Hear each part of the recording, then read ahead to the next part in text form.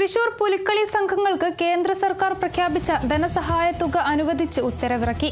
24 ലക്ഷം രൂപയാണ് പുലിക്കളി സംഘങ്ങൾക്കായി വിതരണം ചെയ്യുന്നത്. പുലിക്കളി കഴിഞ്ഞ് 1 വർഷമാകാറായിട്ടും ധനസഹായം അനുവദിക്കാത്തതിൽ സുരേഷ് ഗോപിക്കും കേന്ദ്ര സർക്കാരിനുമെതിരെ പുലിക്കളി സംഘങ്ങൾ പരസ്യ പ്രതിഷേധവുമായി രംഗത്തെത്തിയിരുന്നു. തുടർന്ന് നടത്തിയ ചർച്ചയിൽ അടിയന്തരമായി തുക അനുവദിക്കാമെന്നതായിരുന്നു സുരേഷ് ഗോപിയുടെ ഉറപ്പ്. ഇതിന് പിന്നാലെ പുലിക്കളിക്ക് ആഴ്ചകൾ മാത്രം ശേഷിക്കെയാണ് തുക അനുവദിച്ചുകൊണ്ട് ഉത്തരവിറക്കിയിരിക്കുന്നത്.